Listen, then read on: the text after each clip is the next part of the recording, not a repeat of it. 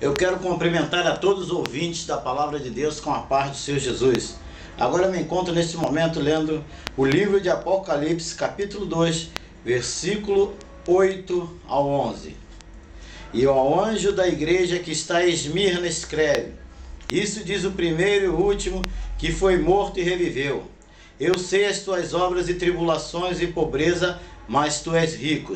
E a blasfêmia dos que se dizem judeus e não o são, mas são da sinagoga de Satanás. Nada temais das coisas que hás de padecer. Eis que o diabo lançará algum de vós na prisão, para que sejais tentado, e tereis tribulação de 10 dias. Sê fiel até a morte, dar-te-ei a coroa da vida. Quem tem ouvido, ouça o que o Espírito diz às igrejas, e ao que vencer não receberá o dano da segunda morte. Aqui nós vemos, nestas 7 cartas do apóstolo João às igrejas da Ásia, 2 só estavam perseverando na doutrina de Jesus Cristo. As igrejas de Esmirna e Filadélfia. Nós vemos que as proporções sempre são menores. Muitos serão chamados e poucos escolhidos. Se Deus ali, Jesus viesse naquele momento, só 2 igrejas das 7, 2 só estavam perseverando na doutrina de Jesus Cristo. Nós vemos que essa igreja de Esmirna ali foi plantada numa cidade em que se adorava no templo o imperador Tibério César. Então ali numa cidade idólatra foi plantada esta igreja fiel que estava ali perseverando na doutrina de Jesus Cristo. E Jesus ali estava olhando ali o progresso desta igreja fiel. E ali ele está dizendo: eu sei as tuas obras e tribulação.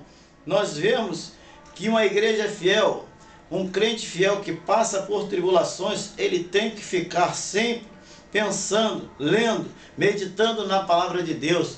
Como nós lembramos em Romanos capítulo 5, que ali nos orienta que a tribulação produz o quê? A paciência, a experiência, a esperança. E a esperança não traz confusão em Cristo Jesus, o nosso Senhor. Então nós vemos que também ali Jesus diz: eu sei as tuas obras e tribulações e pobreza, mas tu és rico. Como pode alguém ser pobre e ser rico? Aqui nós vemos que aquela igreja de Esmirna era uma igreja pobre materialmente, mas era rica espiritualmente, porque a maior riqueza que nós devemos acumular, não devemos acumular aqui nesta terra, onde o ladrão rouba, onde a traça come e o ferrugem corrói. A maior riqueza que nós devemos acumular é lá no céu, onde o ladrão não pode ir lá roubar, a traça não pode comer, o ferrugem não pode corroer. Esta riqueza espiritual que nós devemos buscar a cada dia para nos fortalecermos no Espírito Santo nesses últimos dias. E também ele diz que ali ele estava olhando a blasfêmias dos que se diziam judeus e não são, mas são da sinagoga de Satanás. Os judeus daquela época ficavam enciumados, eles ficavam ali, não aceitavam, não rejeitaram o Senhor Jesus como Messias. Então ali eles perseguiam os cristãos. Então aquela igreja ali, eles não se conformavam de perder os seus adeptos ao judaísmo para o cristianismo. Então perseguia aquela igreja, não aceitavam aquilo que estava sendo pregado, Jesus como o único suficiente salvador das nossas almas.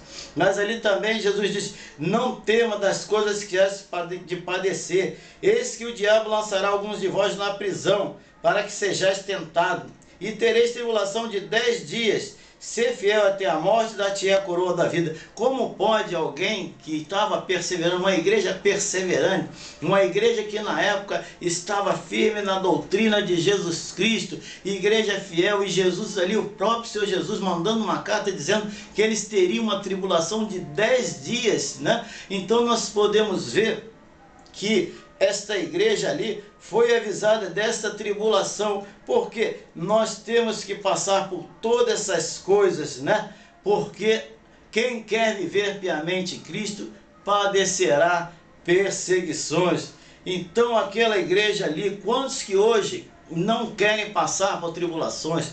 Quantos que não querem passar por as coisas que há de acontecer, né? Porque nós temos que nos espelhar nesta igreja que foi até avisada ali pelo próprio Senhor Jesus. Às vezes nós falamos, Senhor, eu não aceito, essas coisas estão nos acontecendo. Nós vemos que até o apóstolo Paulo, na época, ele falou que não aguentaria mais aquele espinho na carne, e foi ali reclamar com Jesus por aquelas coisas que ele estava padecendo, e ali Jesus disse, Paulo, a minha graça te basta. Então a graça de Jesus Cristo na nossa vida nos faz fortalecer, nos fortalece sabendo que no final nós teremos a coroa da vida, né? E ali aquela igreja fiel, verdadeira, Jesus ainda ali avisando que elas padeceriam, que elas passariam por aquelas tribulações. Nós vemos que ali, Jesus avisando daquela igreja, nós vemos que nós temos que passar por essas coisas, por ser plano de salvação de Deus em nossas vidas.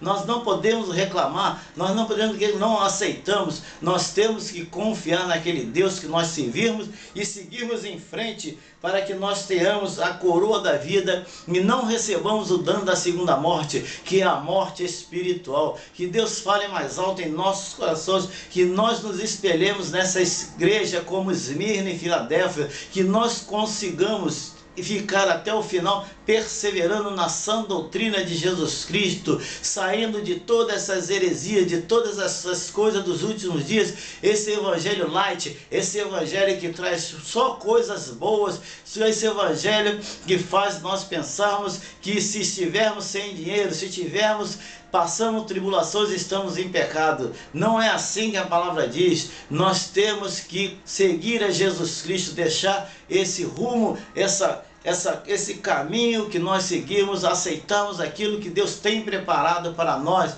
e meditarmos sempre em Mateus capítulo 6, versículo 33. Buscar em primeiro lugar o reino de Deus e a sua justiça, e todas as demais coisas lhes serão acrescentadas. Vamos buscar mais o reino de Deus e a sua justiça, deixar, crer na palavra de Deus, que Deus vai nos acrescentar, que Deus está acrescentando as demais coisas que nós necessitamos. Não precisamos nos preocupar daquilo que nós vamos vestir, daquilo que nós vamos comprar ou até mesmo comer.